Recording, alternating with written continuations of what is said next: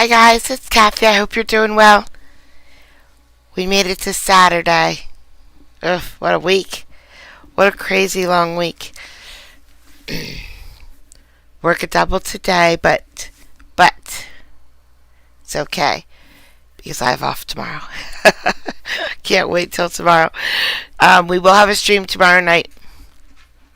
So be here at 8 p.m. tomorrow night. So we have one clip this stream. This guy, we're gonna hear a bunch of character witnesses for this guy, and we're gonna hear all about him, and then the victim. Oh my gosh, it's crazy. This one turns crazy, but we have to get through the character witnesses before we get to the crazy. All right. Let's get to work. Here we go.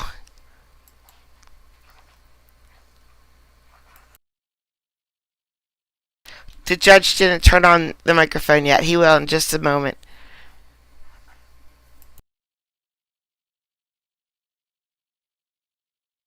They're just trying to organize all of his character witnesses and everything. Ugh.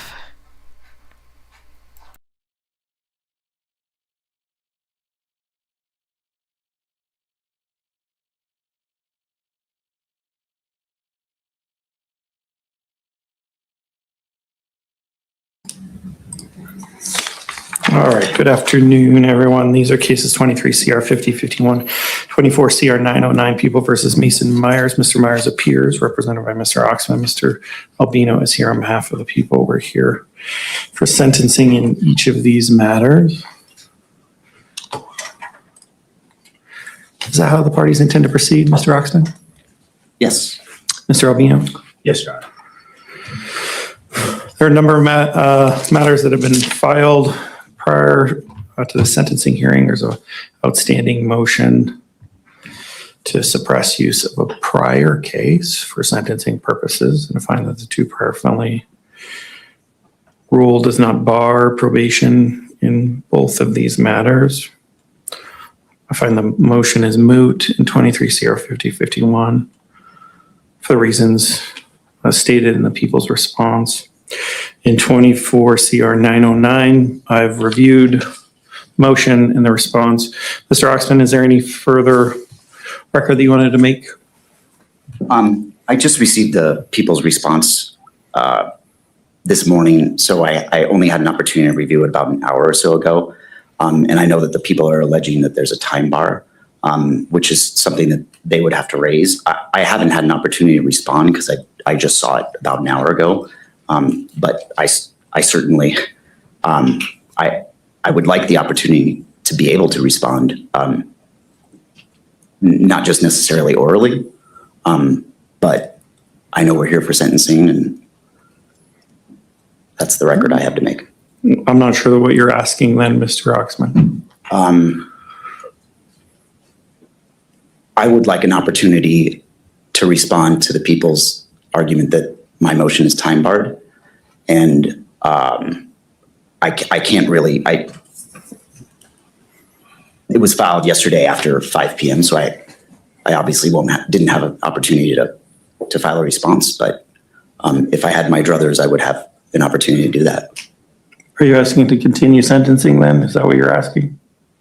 May I consult with my client? Sure.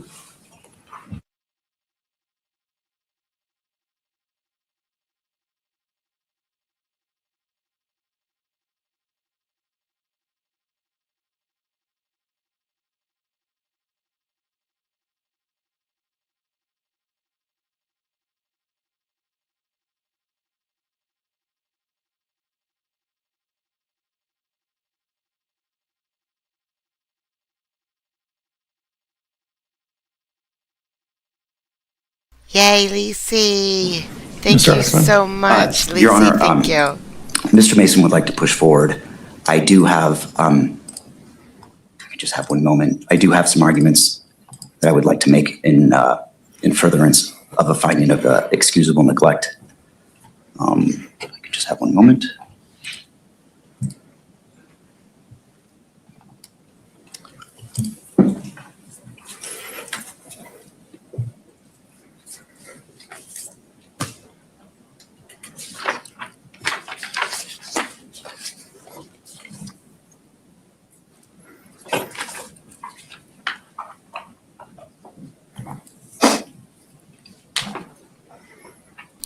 I love when lawyers are extra prepared.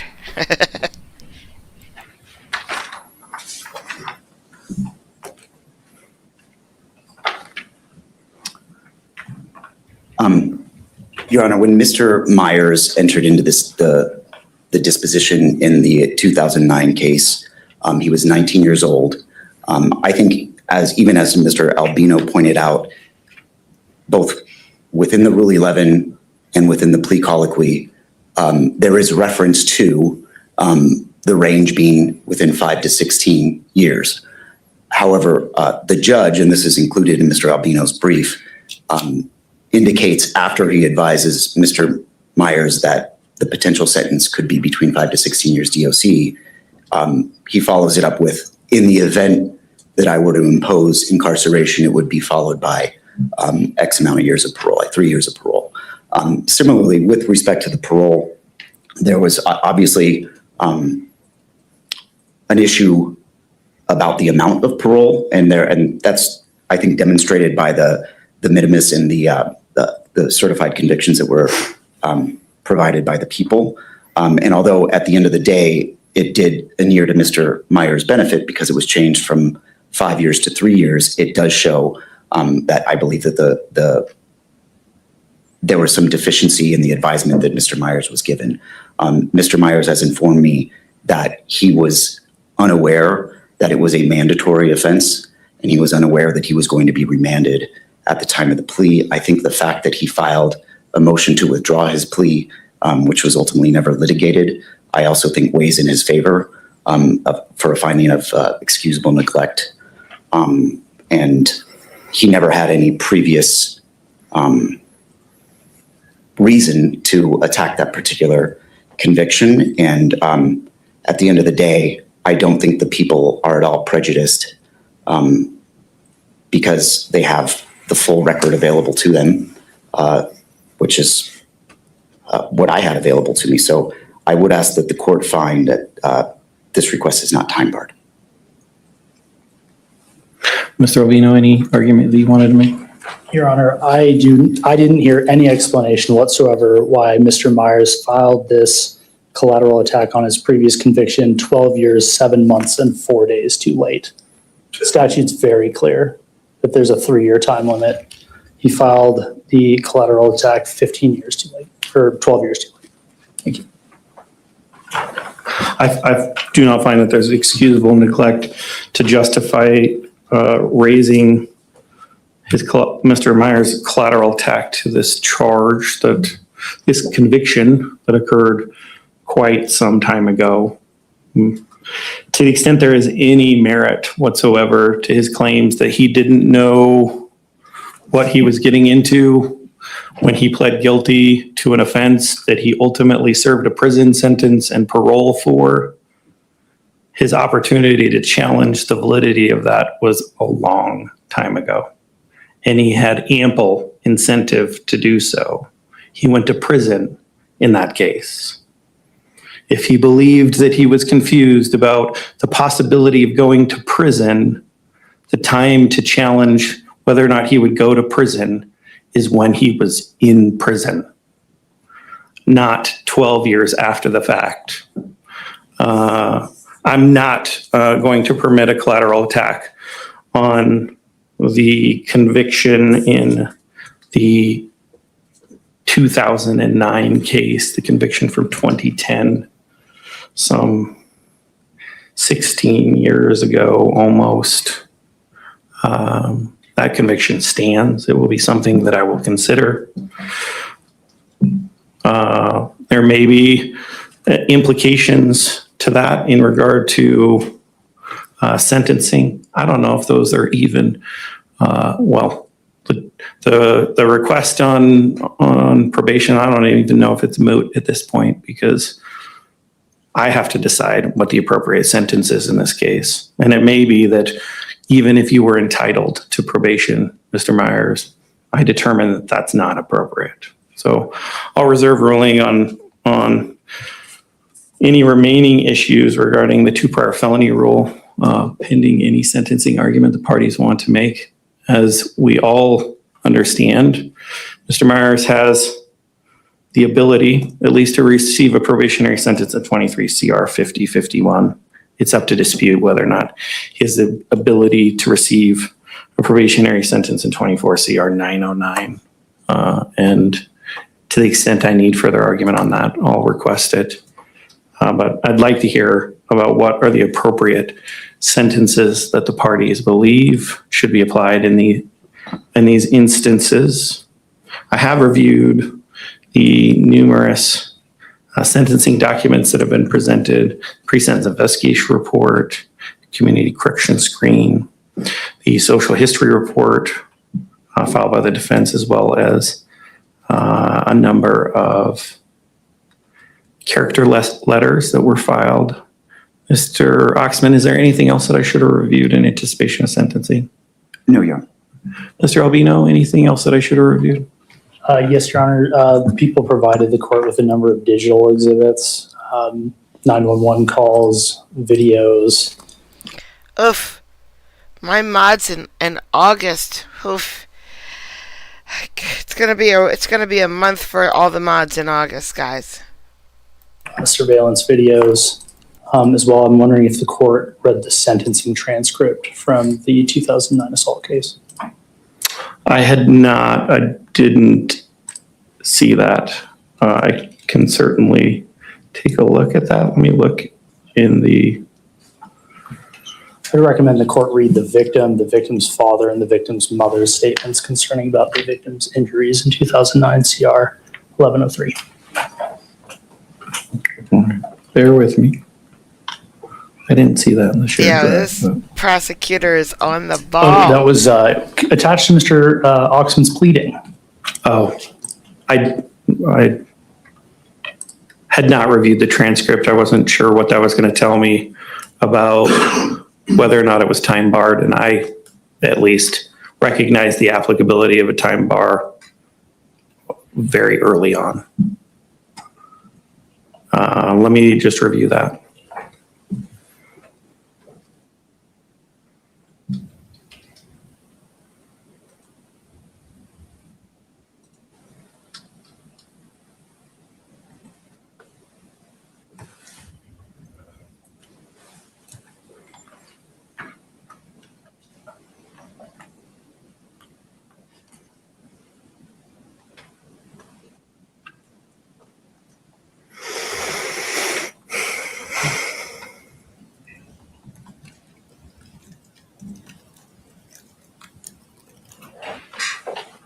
So we're about to hear character witnesses for him.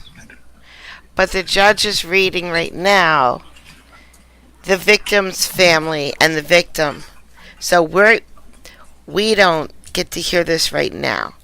But later, once we get through his character witnesses, then it gets really crazy. And I think, I'm not sure, I can't remember, but I think the judge even has to yell at the gallery from the people in the gallery who's complaining.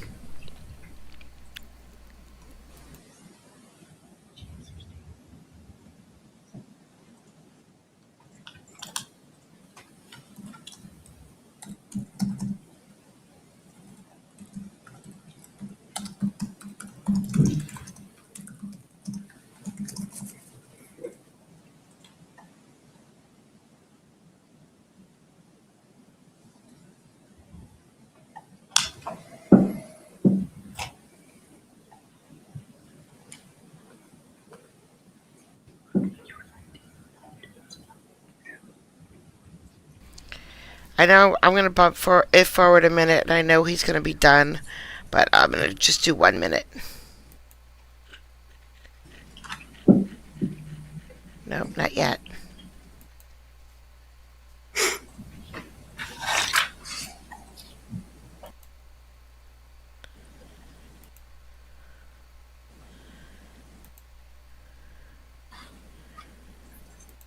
There we go. Please just start by telling me your name. Good afternoon, Your Honor. My name is Matthew Fenton. And what would you like to tell me, Mr. Fenton? Just to give you some history on my relationship with Mason. I've known Mason for about 7 years. He works for me directly or indirectly, the last 5 directly. I'm the construction manager for a company called Quantum Beeman Energy in the Piance Basin. I've known Mason again for 7 years. I can't say enough good things about this man. Yeah, at times he's lived with me. I'm a single father. He's been helpful for me raising my 2 children. The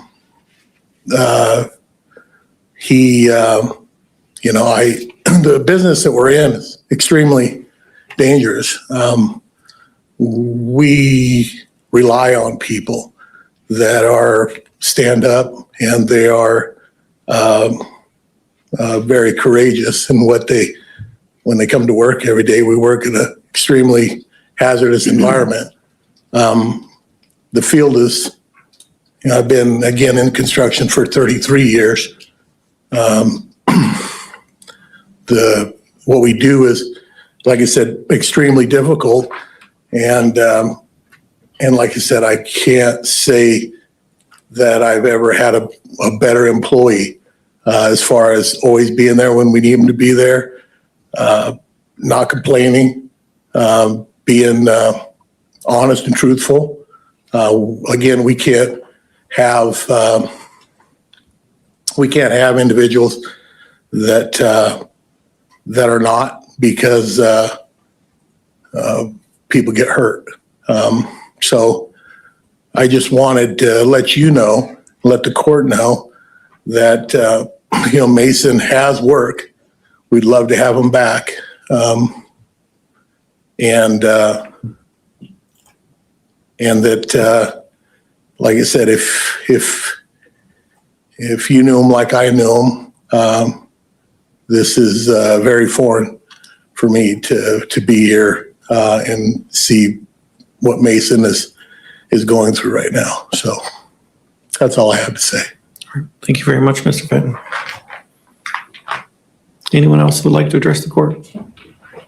The defense would call Tylee Myers. Ma'am, if you want to come on up to the lectern.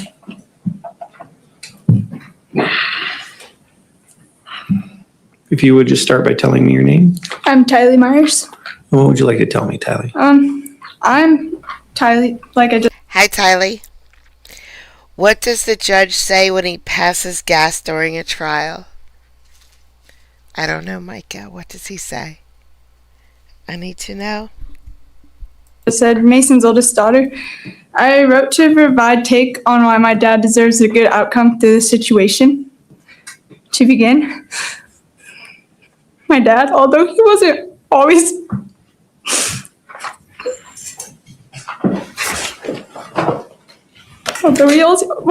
present when I was born because of his prison Odor in the court. sentencing and all that. He was still there for me no matter what.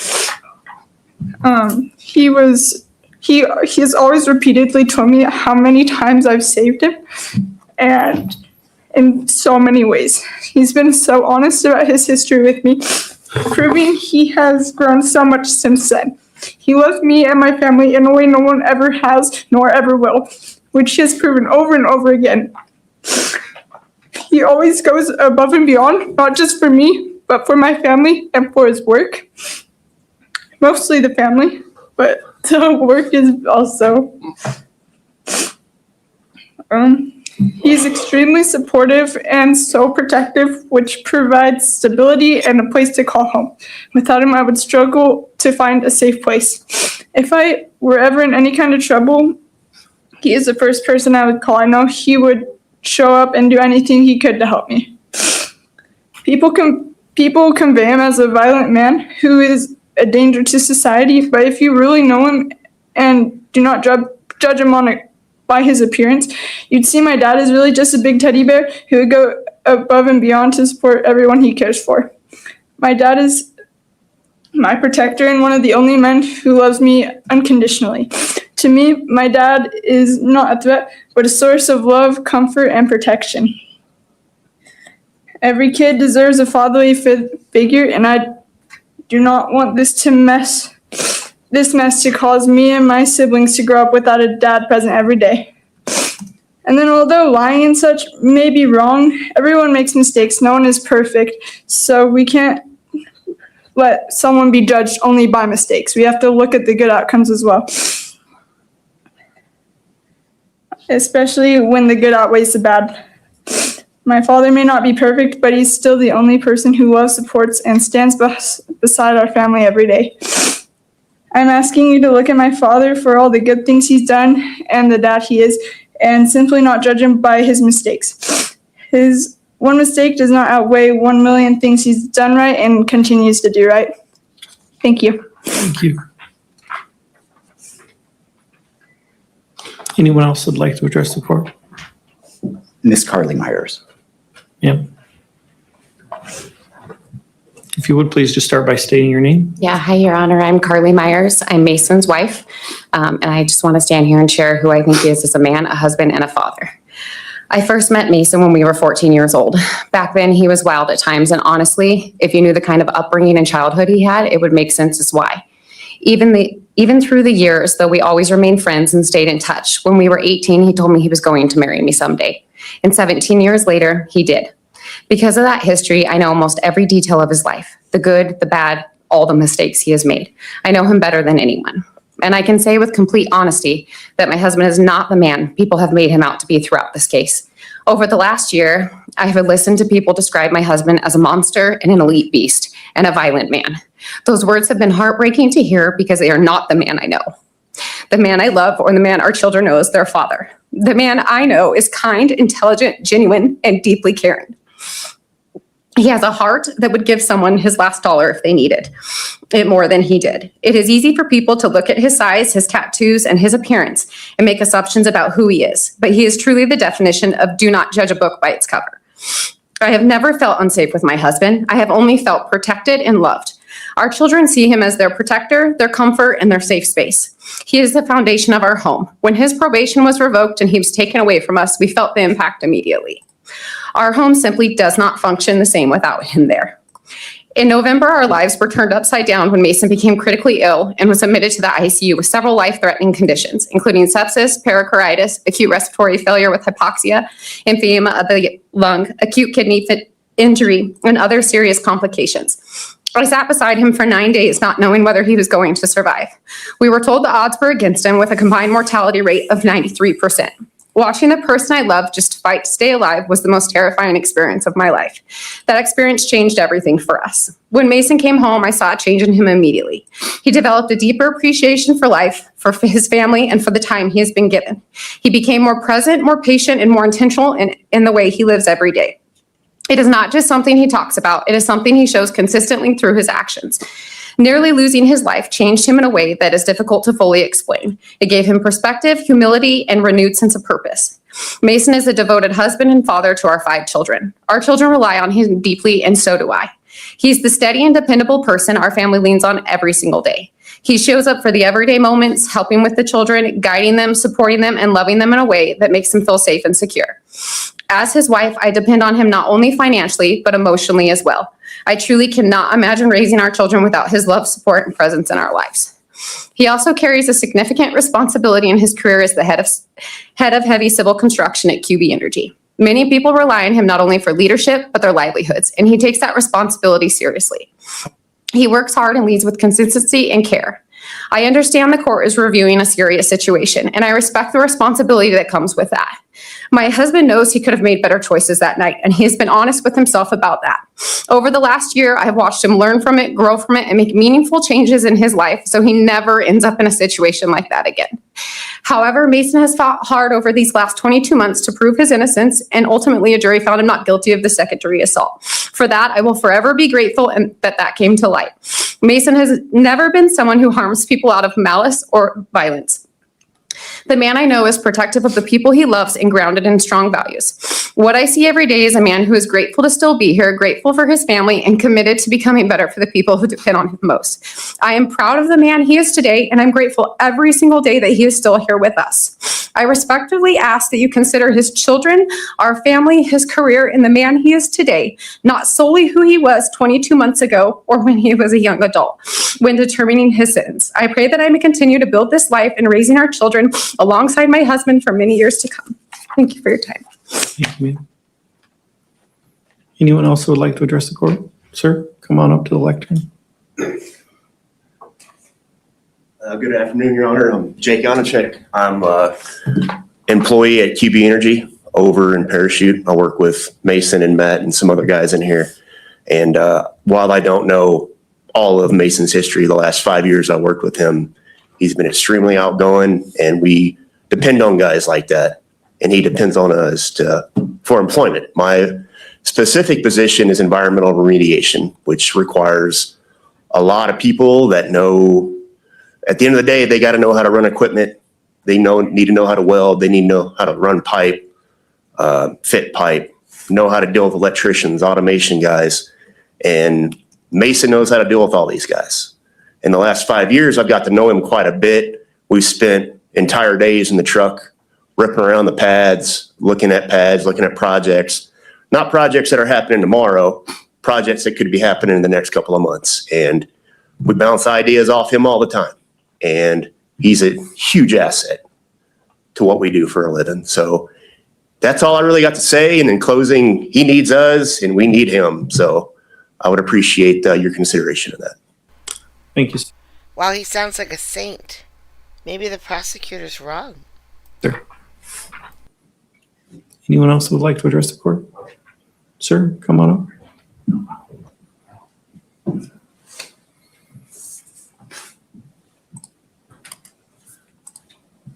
My name's Daniel Gardner. I'd like to say I've known Mason in a real broad capacity over last 7-8 years. He rented a house from me, worked for me. I've worked for him. And what has happened, what he did, in general, I would say in my experience with him's pretty out of character. As Matt touched on, we're in an extremely stressful business, whether extremely long hours, terribly harsh weather conditions. Hold up in a pickup when it's 25 below to try to warm up. I've spent those nights with Mason when we're warming up in a pickup before we go back out and do what needs done. And so that's why, obviously we know what. Cuddling helps warm you up. So does rum. What this is here for, but it was sure out of character for the Mason I knew. The Mason I knew would come to me and say, I found a mouse in my house and I just didn't know what to do with him. I put him in a box and let him outside, to the point that it was annoying. It's like, you couldn't just get rid of the mouse. He was overly caring and been very stable in his head. And even though I've seen him in terrible conditions as he's seen me. So kind of like everybody else said, the vast majority of Mason that I knew is a productive member of society, has been stable-headed, and been a pleasure to work with. That's it. Thank you, sir. Anyone else here in the courtroom that would like to address the court? I'll turn to the folks on WebEx or on court call here in a moment. Sir, if you want to come on up to the lectern, start by stating your name.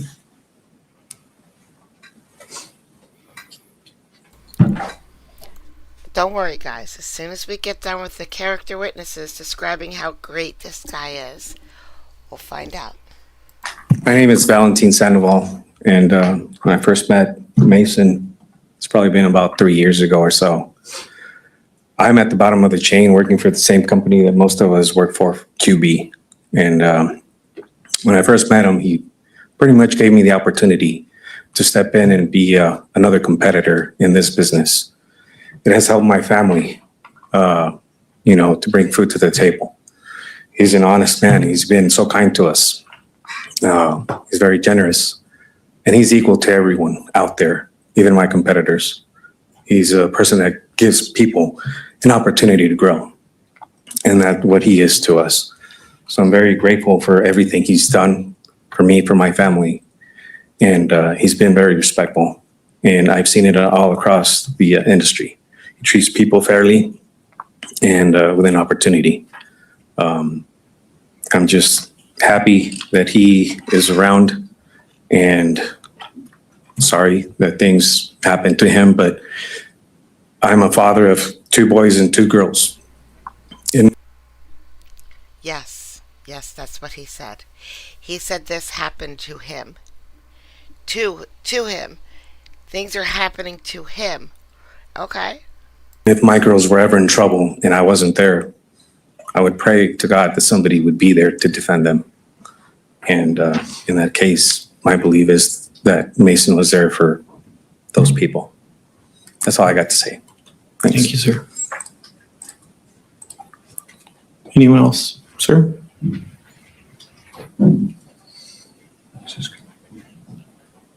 Hi, I'm Todd McQuiston. I don't have a long history with Mason. I'm Carly's father. I'm his father-in-law, and I'm happy to have him as a son-in-law. I've only met Mason since recently, since this horrible episode in the hospital. Then I've got to meet Mason. In the short time I've known this man, I can say in my... Wait, sir. Wait. Hi, Walter. That doesn't make sense. They were dating during high school. It took him 17 years to propose to her, and you just met him recently. They have 5 kids together. He's had 5 babies with your daughter. Okay, I don't understand what's going on. It's fine. Heart. I've never been a better man. I don't welcome people into my family quickly because I've got my grandkids and all of my family I care about. And I looked at Mason. He scared the heck out of me to look at him. He is a big man. He's easy to judge. And what time I've spent about this man and the time I've seen him with my grandkids and the goodness he's done. I've got a daughter that lives across the mountain. We have big family gatherings over there. And the little time I've known him, he's joined these family gatherings and he's like part of my family. I look forward to this man helping me in my life, making my house a better house. And all I can say is I'm distraught having just met this man into my life at the risk out of nowhere, something's going to take him away. And that's all I got to say is I respect this man. Thank you, sir. Anyone else who would like to address the court? Let me turn to the folks who are logged on. I think there was at least one person. Is there anyone who's logged on WebEx that would like to address the court? If so, you should be able to unmute yourself. I'm here. Hi, could you start by stating your name? It's Bobby Richards. Mr. Richards, what would you like to tell me? I'm not sure if you remember me, No, we don't want to hear from any Bobbies. Fast forward this. but 22 months ago, I stood in front of you in that same courtroom you're in now, and I asked you and I begged you for a second chance for Mason. I told you to trust him, to trust me, to trust the judgment. We agreed to an ankle monitor. You put him on it. We made his, he got his bail. He got out. And with that chance that you gave him, he was on the ankle monitor for a very, very long time. He had no issues on the ankle monitor whatsoever. No new convictions, no problems, no substance abuse use, no anything.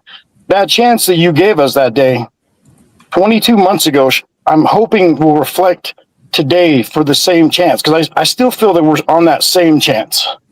Mason did great until the bond hearing or the revocation hearing. Everything was perfect. He's been doing good. He's got a huge amount of support out here. I mean, there's more people on the left side of that courtroom than there is on the right side.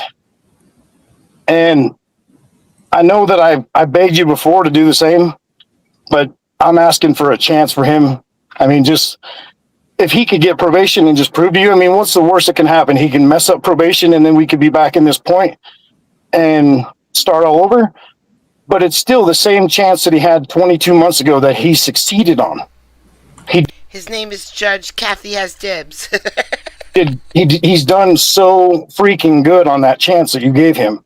And I'm just asking you to recognize that and just maybe take that into a huge consideration when you went for sentencing today.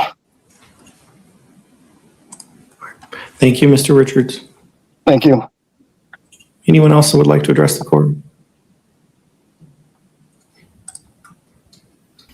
Or He probably never got teased about his name. Bobby Richards. Bob Dick. Ms. Williams, I read the information in the pre-sentence investigation report. Is there anything else that you'd like to tell the court? No, nothing additional. Then I'll hear from Mr. Oxman, then I'll hear from Mr. Albino, and then, oh, sorry. The listed victim in 23 CR 5051 would like to address the court. Okay, sure. Em, if you want to come on up to the lectern. Maybe she sit over here. Sure, that's fine. We start by stating your name for the record, please. It's Brooksell. What would you like to tell me, ma'am?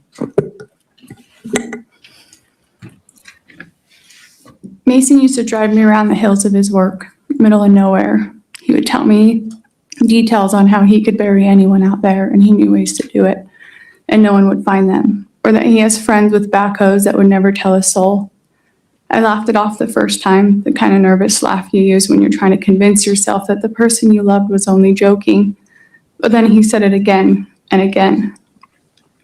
I stand here today to finally speak my truth, not because I'm free of fear, nor because the risk has vanished.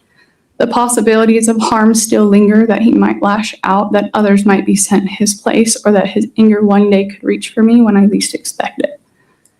I stand before this court as someone who survived deliberate control, intimidation, and violence by the hands of Mason, and who refuses to be silenced anymore. There were moments when I was physically trapped, locked between doors, not free to leave. That was not a misunderstanding. That was confinement. I was told I couldn't get a job because independence was something he needed to take away from me in order to maintain control. That was not protection, it was isolation. He fired a gun at me and then forced me to lie about it. That was not a mistake, that was a choice. One that shows a complete disregard for human life and for the truth. These were not isolated incidences, this was a pattern. I play chess, not checkers, he would say, as if everything he did was calculated and strategic. And in many ways it was. The manipulation, the control, the fear, those were not accidents, those were choices. But this is not a game, and the harm he causes is not a strategy. It is real and it is dangerous. Someone who isolates, confines, threatens with a weapon, and forces silence is not safe. Not in a home, not in a relationship, and not in public. This is the victim from the last time he went to prison. This is not about one moment. It's about a pattern of behaviors that puts others at risk. The same pattern of behavior Mason has shown his entire life. Mason will stop at nothing, inflicting harm or emotional control to get the outcome that best suits him. I am only one of many that has been victimized by Mason. The impact of his abuse extends far beyond the initial incidences themselves. These experiences have lasting consequences that change the course of a person's life and permanently alter their reality. Based on my experiences and significant impact this situation has had on my life, I believe his behavior and deliberate actions demonstrate a clear pattern of conduct and a lack of meaningful change. Given these circumstances, I respectfully request that Mason receives the maximum sentence permitted. Thank you. Thank you. Sorry, who said that? Sir, stand up. Come here. Come up to the lectern.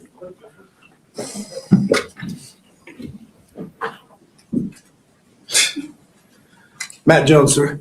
Mr. Jones, if you Yeah. can't control yourself, I will remove you from the courtroom. Do you That's fine. understand? That's fine. No more outbursts. I won't. I will not tolerate that type of behavior. Understood. Go have a seat. I don't want to hear from you Thank again. you. Anyone else that would like to address the court? All right. Mr. Oxman, I'll hear from you. Then I'll hear from Mr. Albino. And then Mr. Myers, I'll give you an opportunity to tell me anything you like before and post sentence. Thank you, Your Honor. Mr. Oxman? Just to begin, Your Honor, we don't have any we don't have any corrections, amendments, or additions regarding the PSI. And I think the court can see in reviewing both the PSI and the social history, I think that what Mr. Myers has made of himself through his life, especially given the incredibly traumatic and unstable childhood that he had, is quite exceptional. I think that the social history report demonstrates that he was severely neglected by his mother, and he was the subject of physical and sexual abuse by his mother's partners and their children. But I think what also stands out in both the social history report and the PSI is that Mr. Myers has managed to do quite a bit in spite of what is candidly just a horrific childhood. He has maintained stable employment and housing for several years. He has a number of pro-social relationships in the community. He is an active member in the community. And as some of the witnesses just indicated, he's the type of person that would give the shirt off his back for a friend or family member. There were, in the 23 CR case, there were 4 months between May and August of 2024 where there were 4 positive UAs for cocaine, excluding the offense that in the case at bar, in the 24 CR case, for which he was convicted, which I would point out happened within that same time frame. He has, for almost exactly 2 years, been 100% compliant with probation. Probation indicated at the revocation hearing that for the past 2 years, he has been a model probationer. He was disclosive regarding his struggles on probation, including relationship issues and substance abuse issues. And I don't know what sort of person Mr. Myers was 2 years ago or 16 years ago. But again, in the last 2 years, he has been 100% compliant with probation, 100% compliant with his bond. He was on a GPS ankle monitor for almost a year. He was compliant. And I think I would be remiss if I didn't point out that the alleged victim in this case, and he's no longer alleged, and he's not even a victim, but Mr. Johnson, by contrast, was on probation for several felonies when this happened, including distribution of fentanyl. He was drinking. He's reeked of alcohol. When he came to court to testify, the court saw he had a black eye. And the process server indicated to me that when he served Mr. Johnson the night before he testified, that he observed him smoking meth. And nothing has happened to Mr. Johnson. And I understand we're not here to litigate those issues, but I feel like I would be remiss if I didn't point that out. He's been in custody now for a little bit more than 2 months. He's obtained trustee status. He's been completely write-up free while he's been incarcerated at the jail here. As the PSI points out, and Ms. Meyer said, he's got 5 kids. 2 of them are his biological kids and 3 of them are his stepkids. He has 50-50 custody of his biological children, pays child support, and including for one where he's never been court ordered to pay child support. He's never been in arrears. He's actively involved in all of his children's lives. He attends sporting events, school conferences, and all the while, he's the main breadwinner for those 5 kids, for his wife, and unfortunately for his mother. Ms. Myers touched on this just a little bit, but I don't think it was really discussed to the degree I think it should have. What happened to Mr. Myers back in November December of last year and this year. Started with COVID, developed into walking pneumonia. Then that developed to pericarditis, which is an infection of his heart lining. And Mr. Myers went into full sepsis. He lost about 30 pounds. He was in the ICU for about 7 days, and he was unable to work for about a month because when he was released from the hospital, he was too weak to even go back to work.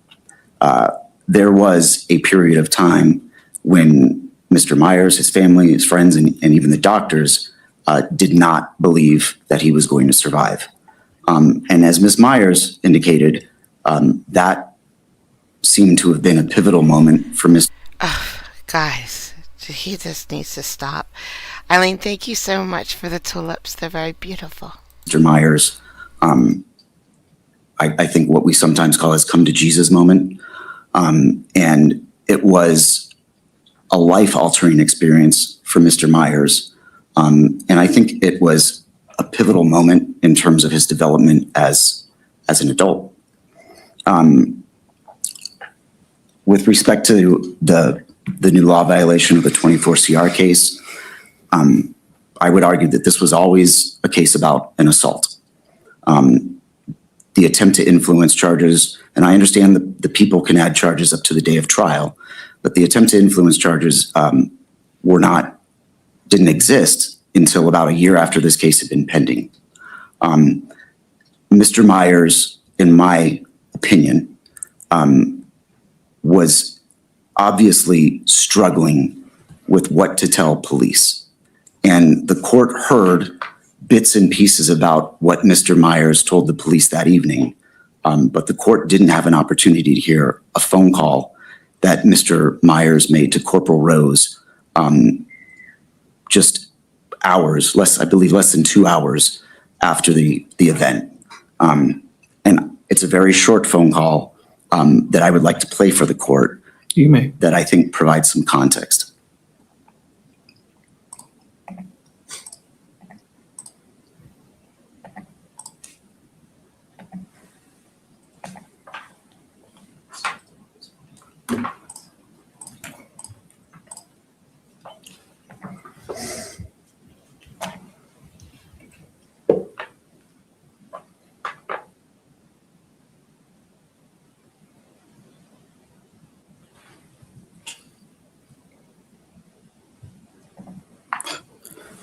Sorry, Your Honor, just give me one moment. It's all right.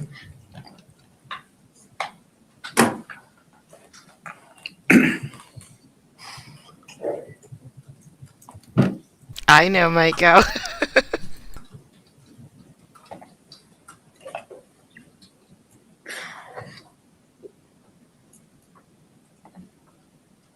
I was just being. Yeah, it's Corporal Rose with the Grand Junction PD, looking for Mason. Yep, that's me. Looks like you left me a work voicemail. I'm just returning your phone call, sir. I don't even remember. I kind of remember I want to call you out, but I don't know, man. Like I told you earlier, I really don't like talking to cops. Okay, then why'd you call me? Can you give me 1 second? Sure. Okay.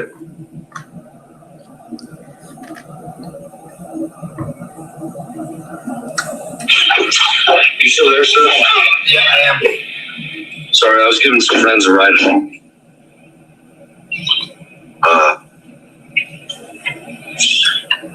Man, I don't really know how to approach this conversation, to be honest with you. Okay. I know what I didn't do, and I know what I did do, and I don't know. Hey, man, I don't know how to approach this conversation at all. I'm sorry. No, I want to talk to you. I want to have the conversation, but I'm just having a hard time finding the words at the moment. I completely understand. I just wanted to show you the courtesy and giving you a call back since you had called me, which is why. No, I really appreciate that. I really do. And like I said, I want to have the conversation. I just don't know how to approach the conversation. Like, I don't know what to say. because I don't want to incriminate myself. I don't want to incriminate my friend. I don't know what to do here. Sure. And I know you guys are getting the camera footage, so I mean, there's really no. Once that happens, there's really no. It doesn't really matter. You know what I mean? Sure. Yeah, I mean, the camera footage from that camera on the building will show what it shows. Yeah, exactly. So there's no real reason to like bullshit. Sure. Yeah, there's some truth to that. I have a question for you. What do you think the dude's injuries are? I don't know what they are at this point. If I knew what they were, I would tell you, but I'm not sure. No, and I can appreciate that. Like I said, like you've been super cool. I've been trying to be super cool this entire time. So I don't know, man. I don't want to get nobody in trouble. I don't want to get myself in trouble. I don't want. Like I said, I wish we could just chalk it up to a drunken fucking bar incident, which isn't a possibility now, but it is what it is. Say that again. I missed what you said. I said I wish we could just chalk it up to a drunken bar incident and fucking move on, but disorderly conduct type of thing. But I don't know if that's the case, so I guess I'd have to wait to figure out what's wrong with her before I say a whole lot. Okay. Yeah, I mean, it's totally up to you. I'll be honest with you. I mean, I feel like I gave you, and I think you've been so good with me. The other officers gave him multiple opportunities just to tell us what happened. And you listen, man, we can't force you to tell us what happened, or But here's the thing: is we gave you guys multiple opportunities, and it's just we keep getting half truths from both of you, right? And that's just the way that it is, and half truths just don't work. And so I have a question for you. So this is an honest question for you. Yeah. If the dude was trying to hit me through a car window and I got out and hit him, would I be? Is that self-defense or is that not self-defense? It depends. Depends on what the video shows. It depends on what happened. I'm not saying I did or didn't. I'm just asking you a question. You know what I mean? Like, sure. Or if Hank got out and fucking hit him, like, I just don't want to see my buddy get in trouble, man. Sure, I understand that. Judge, there's about another minute and 30 seconds, but I'll spare the court. I think the court gets the gist of it. From my perspective, what that phone call amounts to, it was a confession. And I understand that Mr. Myers was not incredibly forthright, but I also don't think it was his intent to intentionally mislead officers. And from my perspective, having practiced almost 23 years, this is not the sort of attempt to influence where you have a probationer that's providing fake UAs or is forging documents. So I understand he has been convicted of that offense, and we respect the jury's verdict. But this is a far cry from, I think, what I, at least in my experience, have typically seen as charged as an attempt to influence a public servant. With respect to the assault, a jury acquitted him of every included and lesser included and lesser non-included, including the petty offense of fighting in public. So a jury unanimously found that what Mr. Myers did was completely justified. And I understand that the people are going to get up and paint this picture of Mr. Myers as this violent, assaultive hothead. But I think that what you heard from the people that know him best really belies that assertion. This 2009 case, Your Honor, Mr. Myers was 19 years old. He's 36 now. And with respect to the 2023 case, respectfully, the people placed Mr. Myers on probation in that matter. He was never convicted of an assault. He pled guilty to reckless endangerment into possession of a weapon by a previous offender.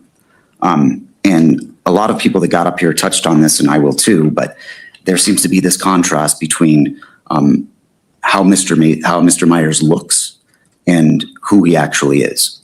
And when I was out here trying this case, I'm from the Front Range, I'm from Denver, I have no connections here. And I had the same impression of Mr. Myers myself when he came into my office. He strikes kind of an intimidating figure, but he may be one of the kindest, most generous, and compassionate clients I have ever had. Every morning before I got to court, he would ask me if I needed anything. When we closed every day, he wanted to make sure that I had a place to go, that I had a place to eat. And this, this big teddy bear, it's true, Your Honor, and he is one of the kindest clients I've ever had. And he's respectful, always referred to me as sir, and he welcomed me into his home. I met his family, I met his friends, and everybody says the same thing about him. Mason is a big teddy bear, and he will do anything to protect his friends and family, and he hates bullies. So I don't know, like I said, I don't know what Mr. Myers was like 2 years ago. I don't know what he was like 16 years ago. But I can tell you that everything that his friends, family, employers got up here and said, in my experience, is 100% true. The original offer in this case contemplated a waiver of the two. Your Honor, I would object because this is not relevant to sentencing. I'm not interested in hearing what the statements made in furtherance of resolution of this case were. There's no statements. I'm just letting the court know that the original intent was to make Mr. Myers probation eligible. And that's not something that I can consider. It's not something that I'm willing to consider. I understand. My argument would be I don't know what's changed. That would be my only argument. I would ask that the court, I think Mr. Myers maintaining his employment is paramount to his success in the community. I don't think it's just important for Mr. Myers, but I think even his employers and employees would say that Mr. Myers is an integral part of the business. And in spite of his past and in spite of what's happening right now, he has the full support of his community, his family, and his employers. And I would ask that the court consider placing him on probation. I think that he is a good candidate for probation. I understand that 2 years ago, maybe that might not have been the case, but I think it's important to point out how well he did on probation after the date of offense in this case, leading up till today. So I would ask in the alternative that the court consider placing him on probation in the 23 CR case and the imposition of a fine in the 24 CR case. I know that that's an unusual disposition, but I think given the unique facts and circumstances of this case, given that this was essentially a victimless crime, I do think it's warranted. In the alternative, we would ask that the court consider a community correction sentence. Was there any pre-sentence confinement prior to most recent confinement in the 23 CR case? I think the PSI indicates it's 64 days credit and 63 in the other. I just wanted to make sure it seems like he only had 1 day previously of confinement in that 23 CR case. That's what okay. Thank you.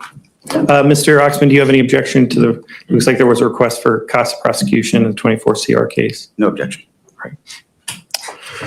Mr. Albino? Thank you.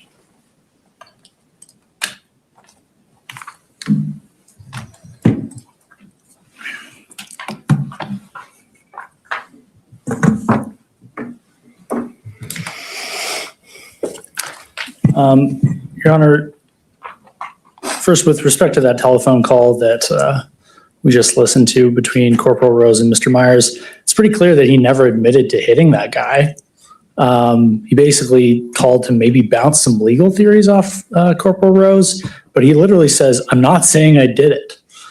He was given opportunity after opportunity to just tell the officers what happened, or he could have just not said anything.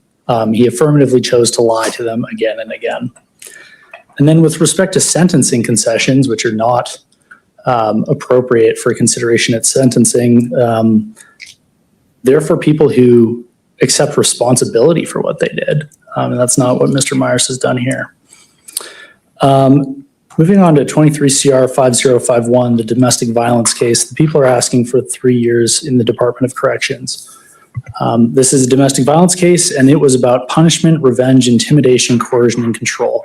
It's exactly what happened in that case. That's why Mr. Myers shot the gun in his home through his bathroom mirror in a residential neighborhood while arguing with Miss Sell. At this time, I'd like the opportunity to play some exhibits, project them. You may, yes.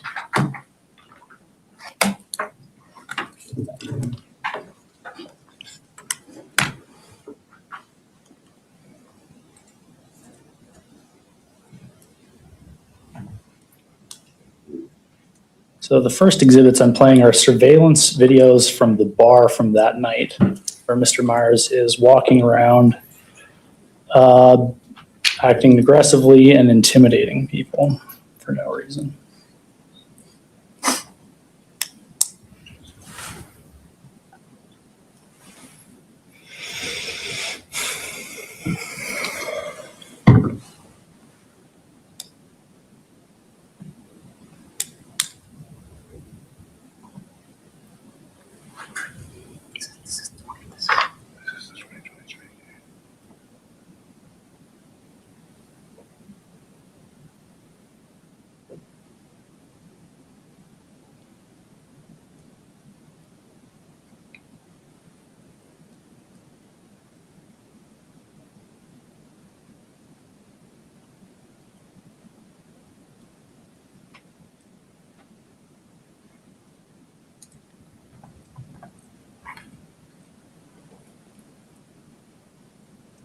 That's Mr. Myers at the top of the screen, just kicking over bar stools, and screaming at people.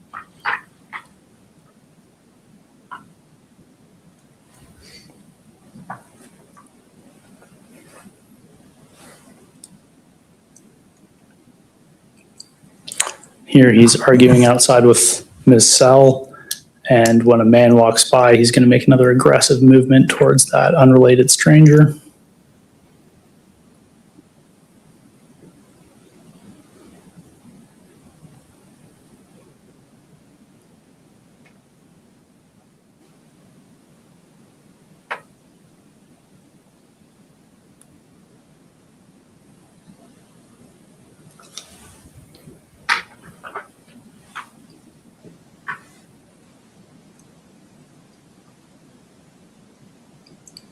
Bar staff are asking him to leave, and he's refusing.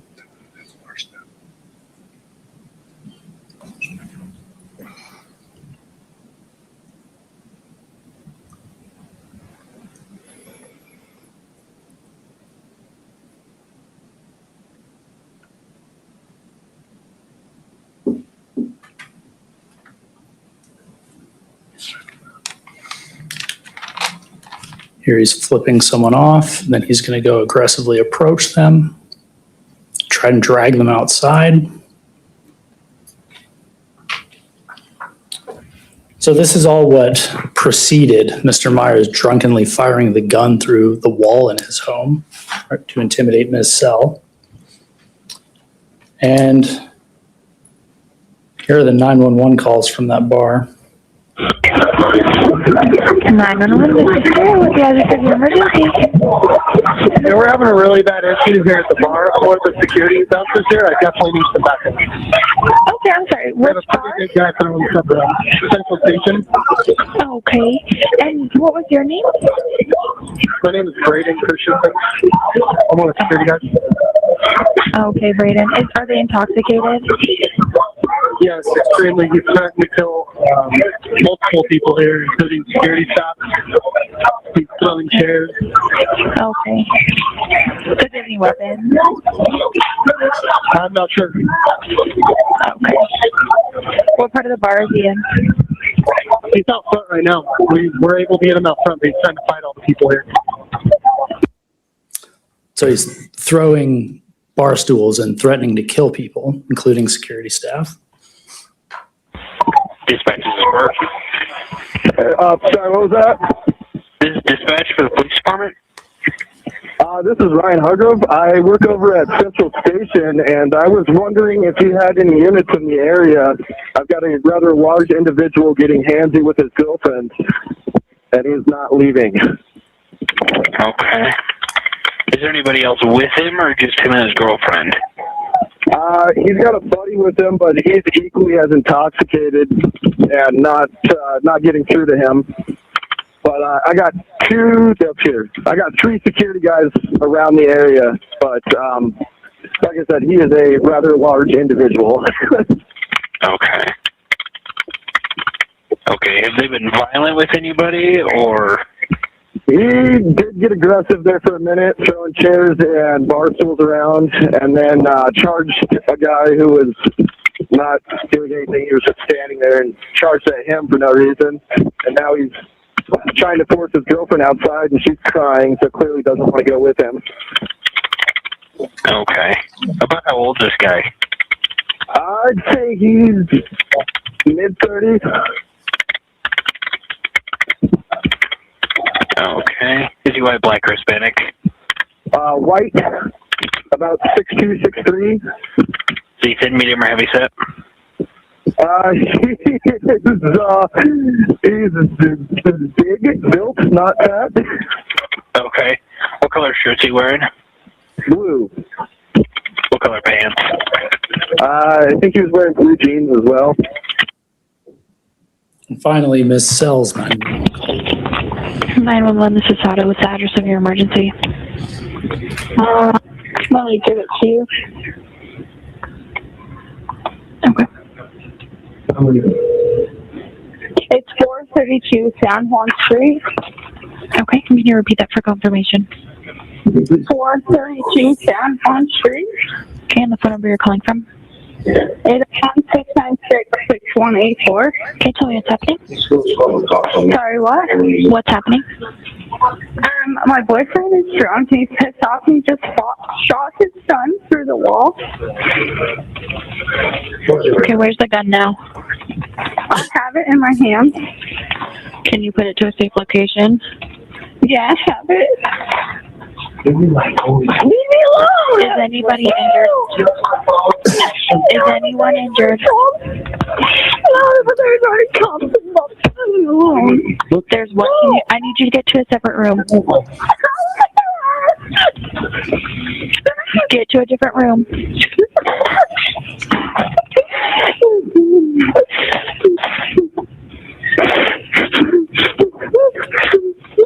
Are you in a separate room? He's outside. Yes. Okay, I need you to listen to me, okay? Focus on my voice. We're getting help to you. Okay, if he's outside, I want you to lock the door. Okay. Okay, what's his name? Manson Myers. Mason Myers. We the cops pulled us over because we were at the bar and he was getting really violent. And someone was Okay. in the bar. Okay, so listen to me real quick, okay? If he's outside, I need to know what he looks like. So how old is he? He's like in his 30s. In his 30s.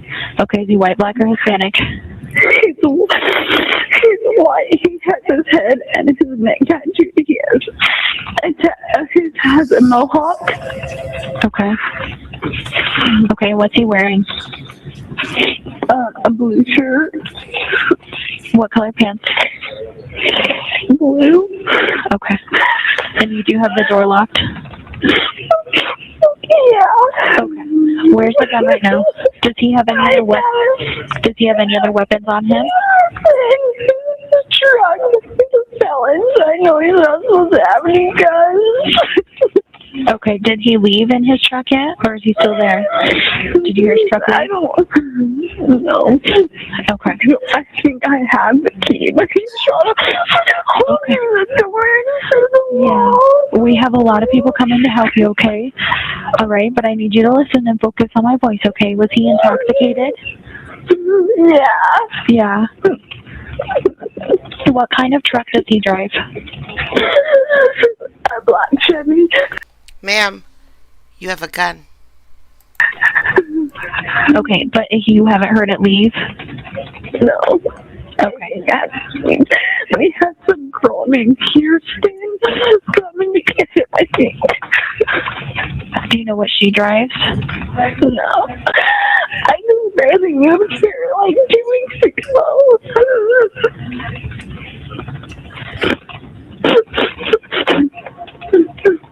Okay. Okay, and what's your name? Brooke. Brooke. Okay.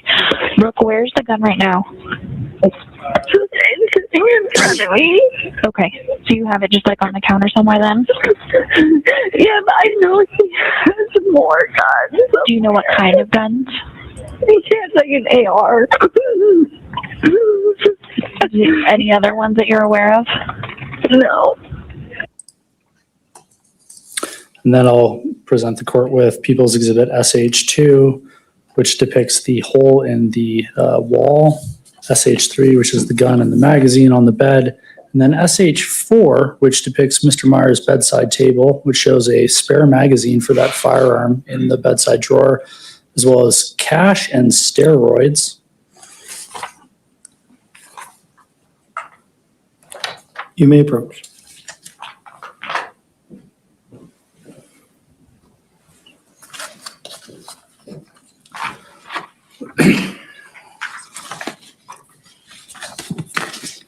And then after this incident happened, Mr. Myers quickly began coercing the victim to change her story. And I'll now play a jail call where he has one of his friends, another man who is a convicted felon, take a firearm out of his vehicle and dispose of it. Call number 1-800-865-26, inmate ID 272163, date 2023 4/22, time 131845, dialed number 1-800-169. 3 minutes and 6 seconds. I'm hoping to get my paperwork in soon enough. Sorry, he did say I talked him out of him trying to charge you with Attempted murder. attempted murder. Yeah, I'm so fucking dumb. He's fucking dumb. I brought Brooke to your truck, bro. You got guns in here? Yeah, I got that gun. I got that high point under the back seat. I don't know why, but they're asking me if you have guns in your truck. And he goes, does it have a rifle? Just And I was like, no. So this is recorded, but let's just get it out of there. Yeah, I'm just going to take it with me. Okay. I've got this big-ass knife. Okay. So they're referring to a high point, which if the court is unfamiliar is a firearm. May I approach with People's Exhibit SH5? You may, yes.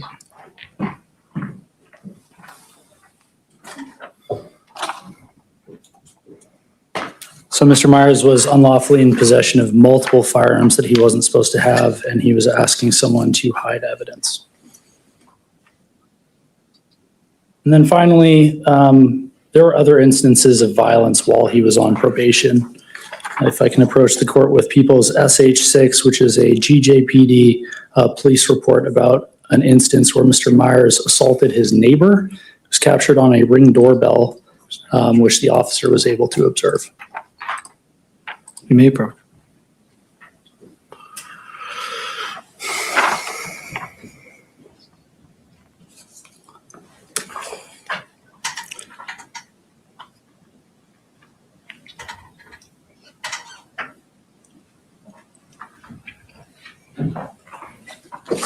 I've considered that.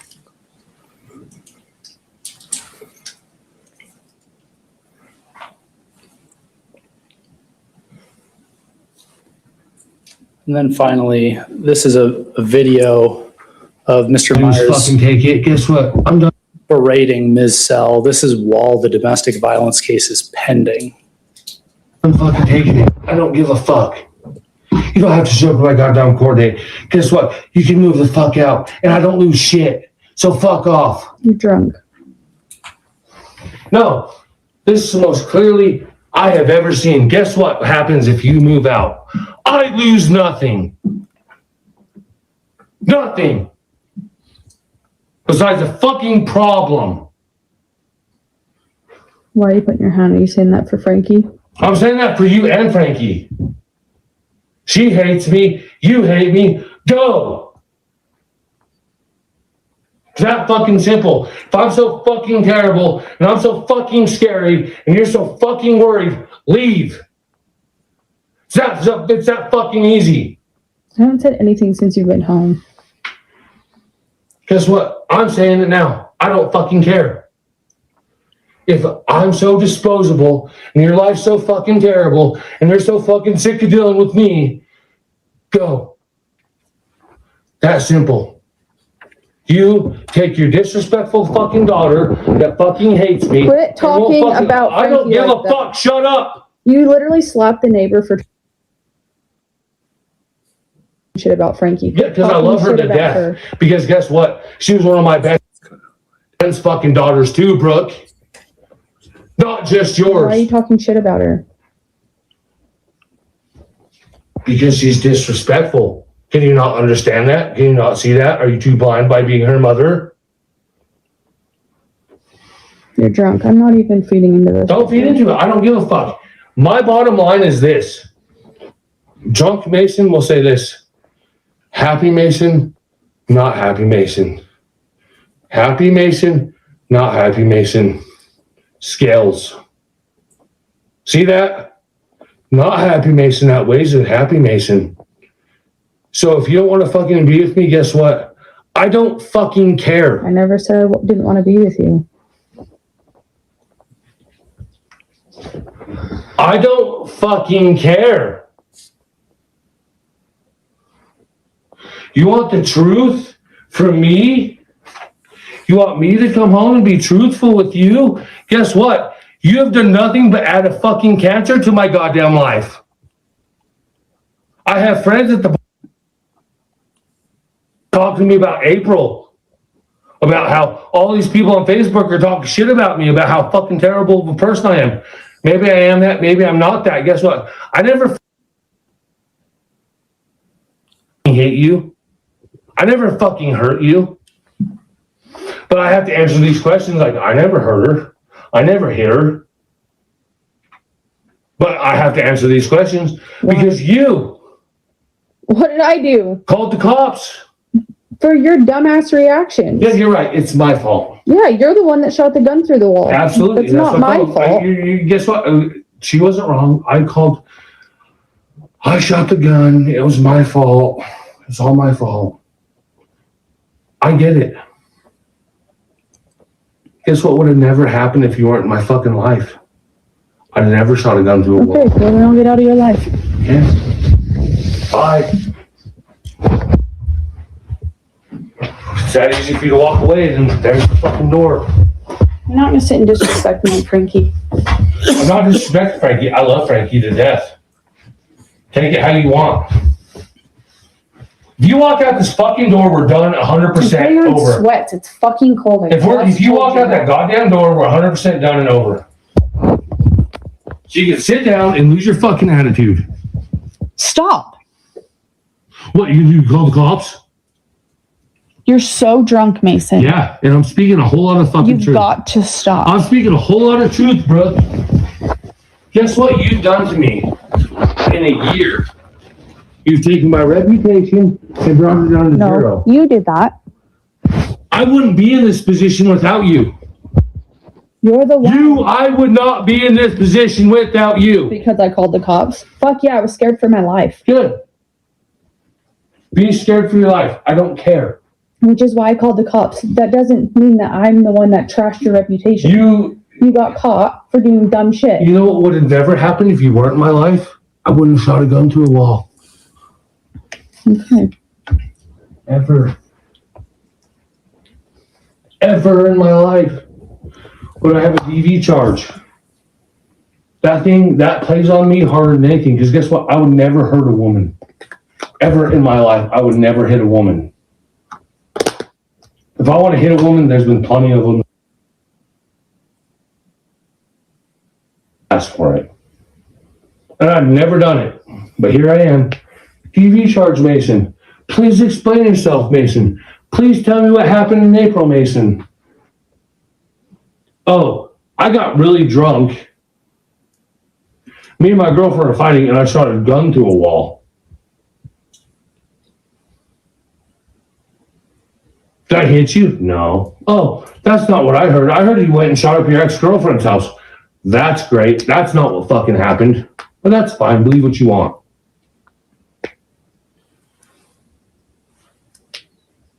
I want to be, look me in the eyes. You have been nothing but a cancer to my fucking life, Brooke. You have brought me from here to nothing. Hey, I get it. No, shut up. I get it. You have ruined my reputation. You have ruined everything I'm about. And guess what? Guess who the fuck I still stand up for every goddamn day? You.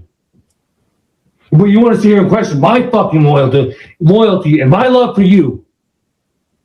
All I do is stand up for your fucking ass. You've got to chill out. Yeah, you're probably right. What are you going to call the cops again? Probably. That's just one of many such videos in Discovery.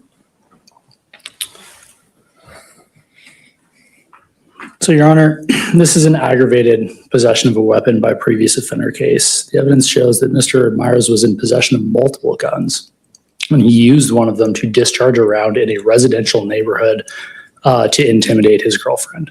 It's an act of domestic violence. It's a seriously aggravated possession of a weapon by previous offender charge, and we would ask for those 3 years of the Department of Corrections.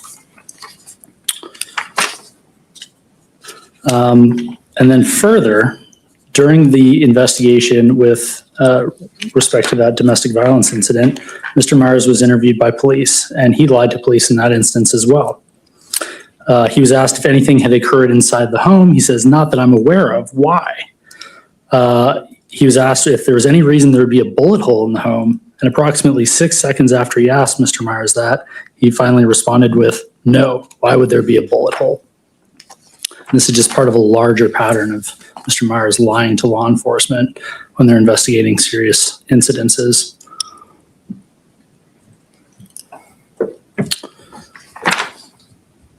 And then with respect to 24 CR 909, the people would be asking for 4 years in the Department of Corrections, which is the minimum of the aggravated sentencing range, concurrent but not coterminous with 23 CR 5051. As well as those $244.40 of cost of prosecution. The defendant is not eligible for probation based on his criminal history, and probation would not be appropriate given his performance on supervision in the past. In 07 JD 140, the defendant violated his probation. In 09 M 2531, the defendant failed to complete his work ender program. Same thing in 09 CR 1299, he failed to complete the work ender program.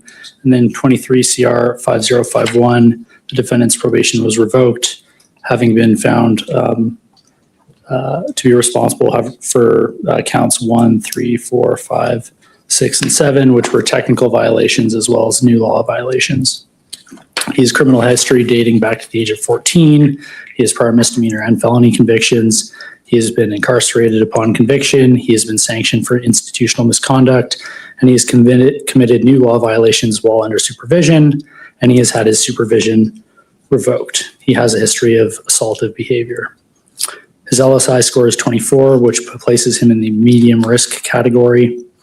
And with respect to the barriers he has to overcome to reduce his likelihood of offending, those include low impulse control as evidenced by his criminal history and antisocial personality pattern. Of note, those two are in the top 4 of criminogenic needs. So in this case, the defendant hit someone, hurt them badly, and then repeatedly lied to the police about it. And he has a pattern of lying to police in connection with such incidences. Additionally, the discovery from 09 CR 1103 shows that his story repeatedly changed with respect to his involvement in the savage beating of Nicholas Archuleta. And that beating was truly savage. Mr. Archuleta reportedly stopped breathing and had to be revived by CPR. He had a traumatic brain injury, and his father reported that his head was strawberry red and purple like a plum, and that Mason Myers and his co-conspirators beat him worse than a dog. Mr. Archuleta was on life support for 16 days, being kept alive by machines. He had to learn to walk and talk again, and his parents were told to make funeral arrangements for their son. And his medical bills were in excess of $400,000 at the time of sentencing.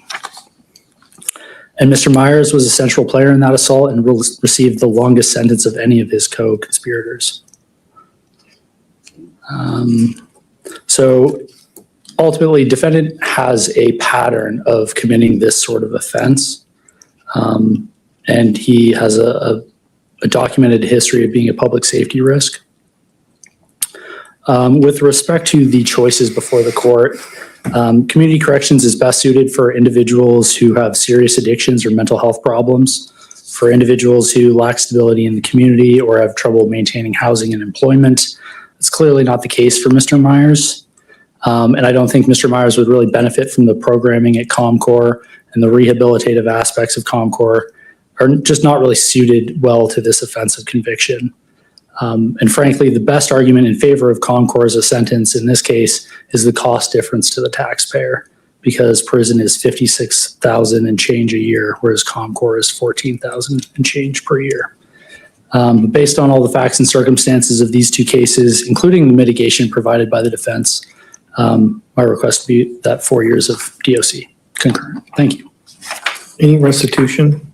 Not that, let me check on that for just a moment. Mr. Myers, what would you like to tell me? I have an approach up there. Do you want me to? They actually prefer that you remain seated. Your Honor, I have wrote down stand, but I'll say sit. So I sit here today a very different man than I was 2 years ago. I now sit here not guilty of the original charges set for bond that day. I will say I do appreciate that you granted me bond that day and gave me an opportunity to properly defend myself in these cases. I also want to stress the fact that I'm not downplaying my recent conviction or taking it lightly. I own my mistakes and my mishaps, and I do not downplay the impact that any of this has had on my family and my loved ones, for they're the ones who have suffered the most from my decision making. I regret that night, but more so regret the decision to be there in the first place. I regret putting myself in a situation for any of it to occur. I do take accountability for my actions and in the decision to be dishonest. As hard as it is to say, if I would have just been honest, there's a strong possibility we wouldn't be sitting here at all. And that decision weighs extremely heavy on my heart. The decision on one of the many lessons I have learned through this is how many people are hurt negatively or affected poorly by my poor decision making, and I would love the opportunity to make that up to them. I'm now married to an amazing woman, and between me and my wife, I have 5 beautiful kids and a beautiful family. I have a great career with an amazing boss who was willing to stand by me and help me stay the course. I have an amazing father and mother-in-law that have their faith and trust in me. I have great friends and family in the community, my Aunt Sarah, my Uncle Sean, and others to help support me to stay on a true good path. I could stand here and tell you all the lessons I've learned in the past couple of years, but I instead beg and lean on the court to give me a sentence that will allow me to show the lessons I have learned and I'm not just talk. I beg for a sentence that would allow me to return home to my wife and my family, whether it's a suspended DOC sentences, ankle monitors, and if the court deem it necessary, a no contact order for the rest of my life on Miss Cell to make her feel more safe. A sentence that allows me to return to my career and pick up where I left off before it's too late. But most of all, give me a chance that allows me to begin to mend the broken hearts from my poor decision making. I want to thank you, Your Honor, for your patience in this case, and I apologize to the community, such as the jurors and those negatively affected by my actions. Thank you. Mr. Albino, any restitution in the cases? No, Your Honor. Anything else you wanted to tell me, Mr. Meyer?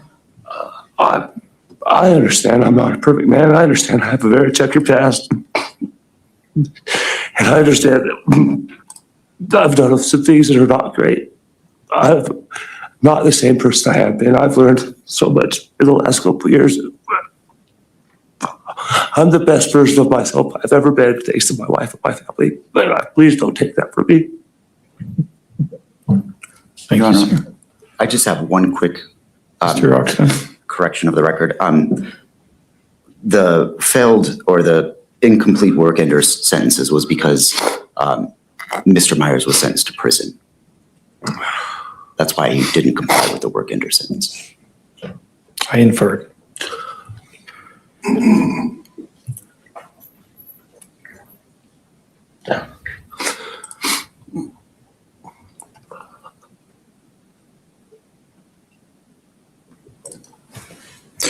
Well, Mr. Myers, I'm not going to hold you in suspense. I'm not giving you a probationary sentence. I think that would be wholly inappropriate. You were on probation. You picked up a new felony. And I firmly believe that your motivation for lying to law enforcement was to avoid the revocation of your probation. I'm not going to reward that behavior by putting you back on the very thing that you committed a new felony to avoid revocation for. Probation is not an option. Even if I could give you probation in the new case, I wouldn't, because your behavior, your choices have demonstrated that probation is not the privilege that you are entitled to. So the question before me, really in my mind, is do I sentence you to the Department of Corrections or do I sentence you to community corrections? The Department of Corrections is good for one thing in my mind. It's good for keeping you out of society because you have demonstrated that you aren't going to follow the rules and the expectations that we expect for everyone.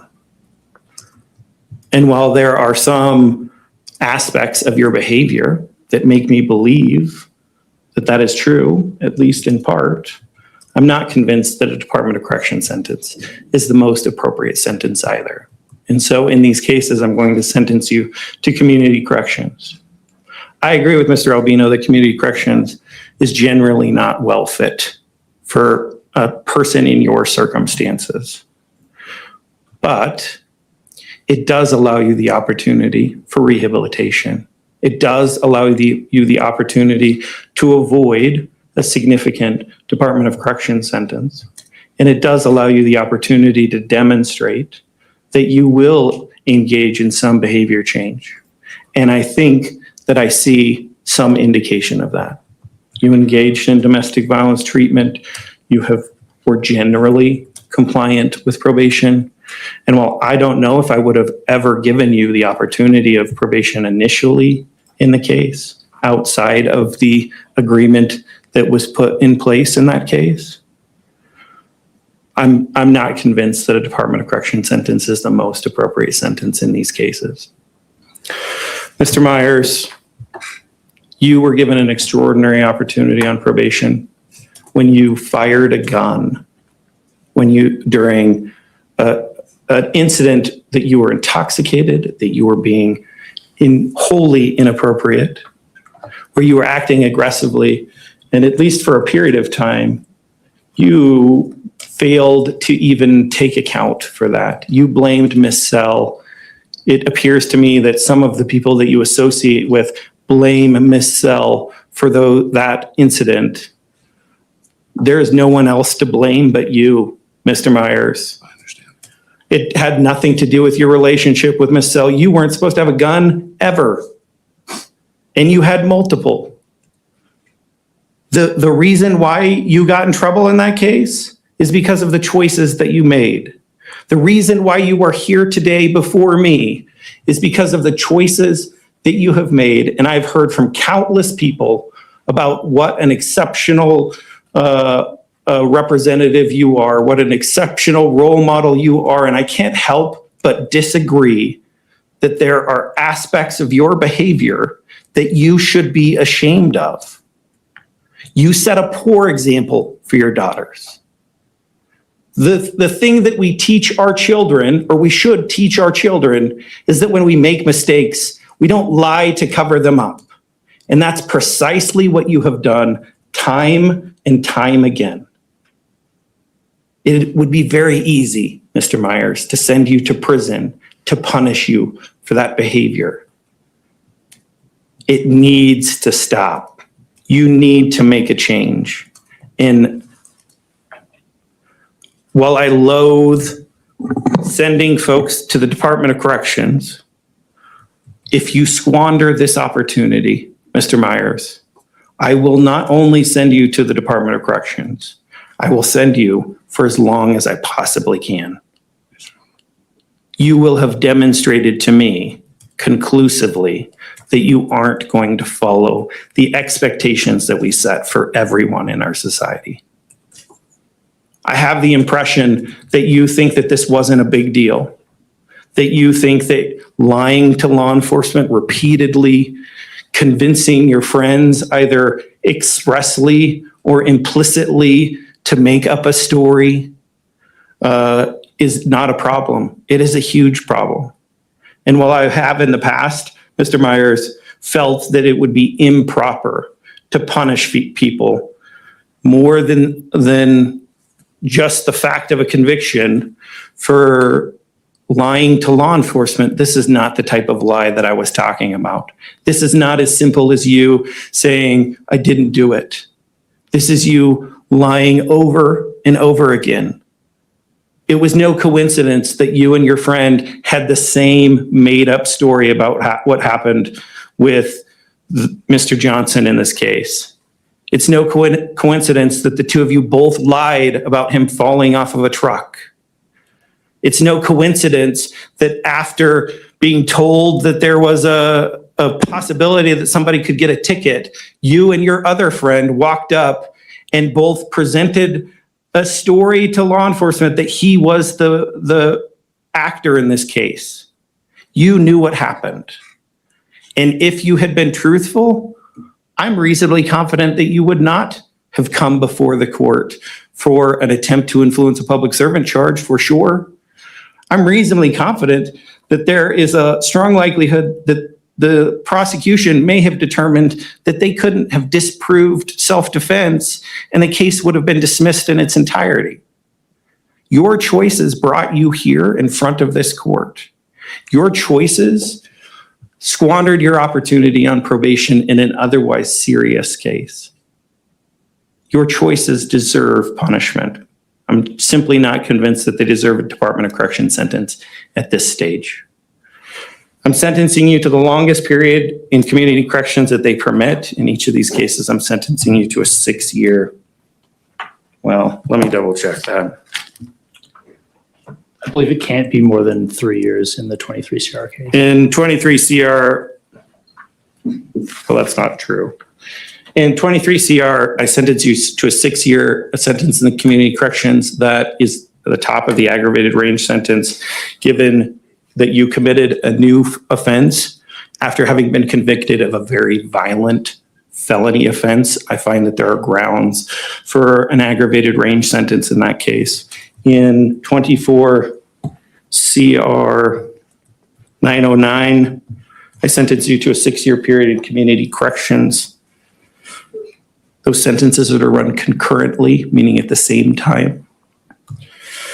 Those are for the felony offenses. I should outline the misdemeanor charges in the case as well. In 23 CR 5051, as to count 3, reckless endangerment, I sentence you to 120 days in jail. I give you credit for the 64 days that you've already served in that case. I give you credit for both of the charges. These charges are to run concurrently, meaning at the same time.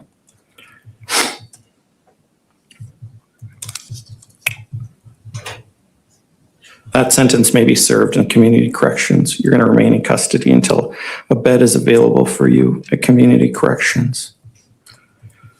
I decline to impose a fine. Standard mandatory cost fees and surcharges are imposed. In that case, any prior restitution remains in effect. No new restitution is requested. None is ordered. In 24 CR 909, I impose that 6-year community correction sentence as to counts 2 and 3. As to counts 7 and 8, I give you a sentence of 63 days in jail. Give you credit for the 63 days that you've already served. All those counts are to run concurrently with each other and to run concurrently with the counts in 23 CR 5051. Mr. Myers, it's Mr. Albino. It's not entirely clear to me what the protection order in 23 CR 5051 looks like. I believe that there's no contact provision in there, but it's not entirely. I'm not entirely sure. What's your position? Mr. Oxman, same question to you. What do you believe the protection order indicates? I haven't reviewed the protection order, Your Honor. I wasn't prepared to address it today, but I can tell the court Mr. Myers has had no contact with the victim during the pendency of the case. Or since he was sentenced, I should say. Well, it's not entirely clear, but I'm going to order the protection order will reflect that you're not to have any contact with Ms. Sell. And that's going to remain in effect during the entirety of your sentence in this case. I don't get the point of concurrent either. If you broke the law A time, you get this amount of time in jail. If you broke the law B, if you broke the law C, then you go to jail. If you're sentenced to jail in a court, then you should get that time in jail. I don't get it. I don't know why they do concurrent. We'll issue a new protection order if that's not the case. Any other non-mandatory conditions should be vacated.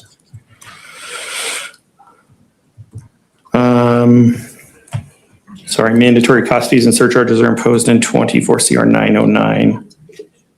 Bond in that case is exonerated. Any protection order in the case remains in effect during the period of the sentence as well.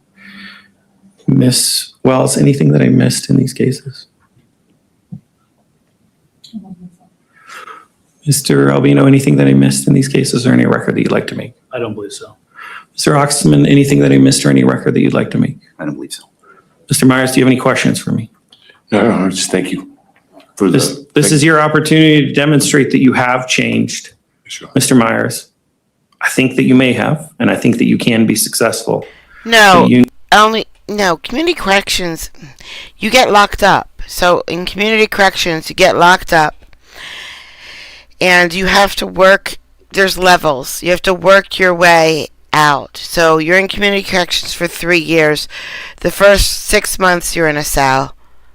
And then you get privileges. Okay, so, you get to move into the minimum security, and then you can get a job, and then you can go home on weekends, and then it's just you have classes you have to take, and you have your you can get a job that you have. He has to stay in jail until they find him a bed in community corrections, and then he gets community corrections, and he only gets out of jail if he behaves and does what he's supposed to do. But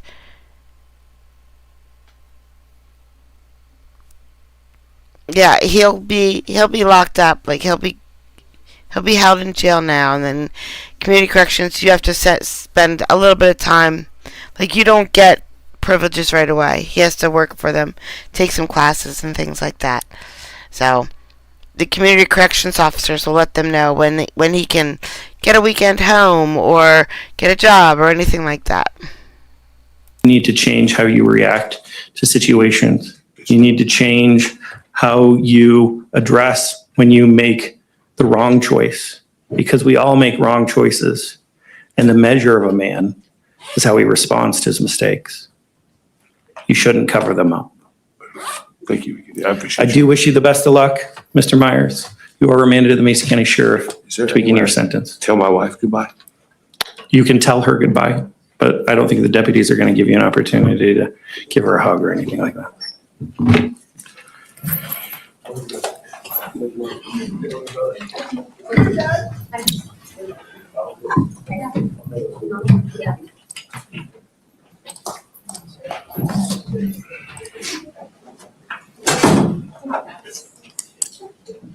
What? Oh, sorry. I had the other table on. All right, guys, thank you so much for coming out today. I appreciate it. I will see you tomorrow night. Hope you guys have a great day. Behave. All right? Bye, guys.